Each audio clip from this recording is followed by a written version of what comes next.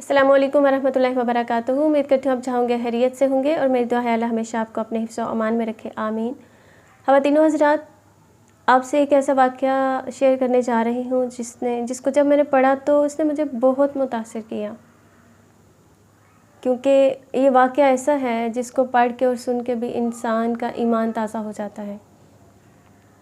ये वाक़या मिस्र की मुअल्लिमा का एक सच्चा वाक़या है।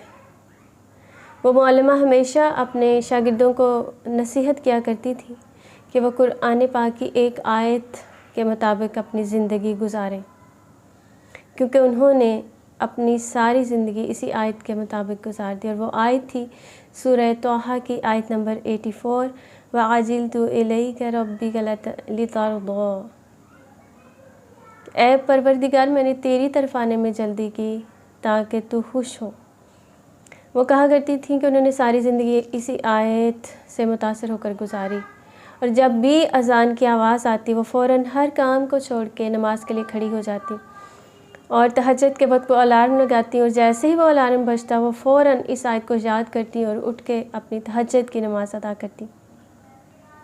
इस खातून के शोहर की आदत थी कि काम से वापस घर आते वक्त वो इसे फ़ोन पर खाने के मुतल्लिक़ हदायत दिया करता था, ताकि जब वो घर पहुँचे तो खाना तैयार मिले और वो खाना खाए और सो जाए। चाचे एक दिन उसने फ़ोन पर मशी खाने की फरमाइश की। ये एक ऐसा खाना है जो कि अंगूर के पत्तों में चावल भरकर पकाया जाता है, और अंगूर के पत्तों में चावल भरकर फिर हल्की आंच पर उसको पकने के लिए रख दिया जाता है, और इस पर काफ़ी वक्त लग जाता है। खैर, जब वो खाना तैयार कर रही थी तो इसके 3 रोल्स रह गए थे। 3 रोल्स भरने वाले थे, और उन रोल्स को भरने में कम से कम भी टाइम अगर लगता तो वो 5 मिनट का टाइम था। लेकिन ऐसे में क्या हुआ कि अज़ान की आवाज़ आई और वो हस्बे आदत सारे काम छोड़ के नमाज़ पढ़ने के लिए खड़ी हो गई। इतने में जब वो नमाज़ पढ़ने के लिए खड़ी थी और नमाज़ पढ़ रही थी तो इनका शौहर बार बार कॉल करता रहा, लेकिन वो चूँकि नमाज में मसरूफ़ थी इसलिए वो कॉल अटेंड ना कर सकी। अब इनके शौहर को बहुत गुस्सा आया कि वो कॉल कर रहा है, कॉल अटेंड नहीं कर रही हैं वो।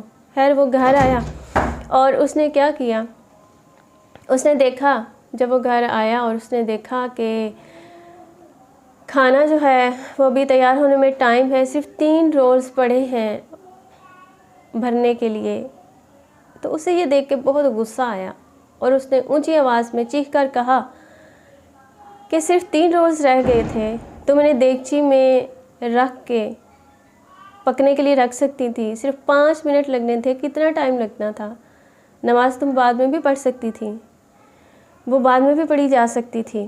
खैर, वो काफ़ी बातें करता रहा, लेकिन उसकी बीवी ने कोई जवाब ना दिया, बल्कि वो सजदे की हालत में थी और उसी हालत में काफ़ी टाइम गुजर गया।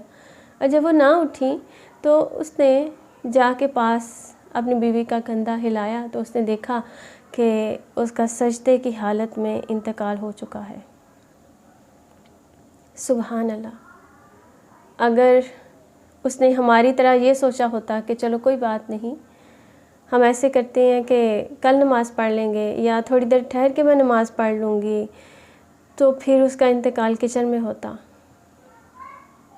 क्योंकि एक शख्स का इंतकाल उसी हालत में होता है जिसमें उसने पूरी ज़िंदगी गुजारी होती है, और एक शख्स जब रोज़े क़यामत उठाया जाएगा तो वो इसी हालत में उठाया जाएगा जिस हालत में वो फ़ौत हुआ था।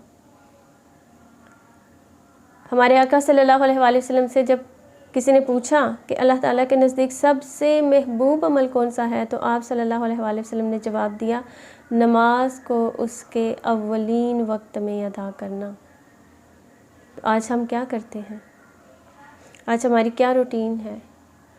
हम अव्वल तो हमारे पास अज़ान सुनने के लिए भी टाइम नहीं है, नमाज़ पढ़ने के लिए भी टाइम नहीं है, हमारे पास 5-6 घंटे मोबाइल इस्तेमाल करने के लिए हैं, टीवी, फिल्में, ड्रामे देखने के लिए हैं, लेकिन नमाज़ पढ़ने के लिए हमारे पास 20 मिनट भी नहीं है। ये एक अलमिया है हमारा।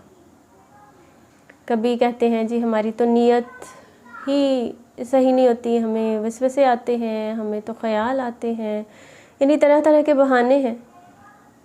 तो आज से कोशिश कीजिए कम से कम इसी आयत को ही अगर हम पकड़ लें, इसी पे हम अमल करना शुरू कर दें। नेकी का कोई काम हो, कोई भी ऐसा काम हो, नमाज हो, कुरान पाक की तिलावत हो, किसी की मदद करना हो, कोई अच्छा काम हो, कोई नेकी का काम हो, तो इस आयत को मद्देनज़र रखें कि वो सबसे पहले किया जाए। हर काम को छोड़ के, हर चीज़ को साइड पे करके वो सबसे पहले किया जाए कि ए अल्लाह मैंने तेरी तरफ आने में जल्दी की ताकि तू मुझसे राज़ी हो। क्योंकि अल्लाह की नाराज़गी बहुत बड़ा रिस्क है, बहुत बड़ा रिस्क है जो हमारी दुनिया और आखिरत दोनों को तबाह कर सकता है। अभी भी टाइम है। अगर हम नमाज नहीं पढ़ते तो हमने नमाज को पढ़ना है, उसकी रूटीन बनानी है और उसको अव्वलीन वक्त में अदा करने की कोशिश करनी है। आज हम ज़िंदा हैं, हमारी सांसें हैं, हमारे पास मोहलत है, हम कर सकते हैं।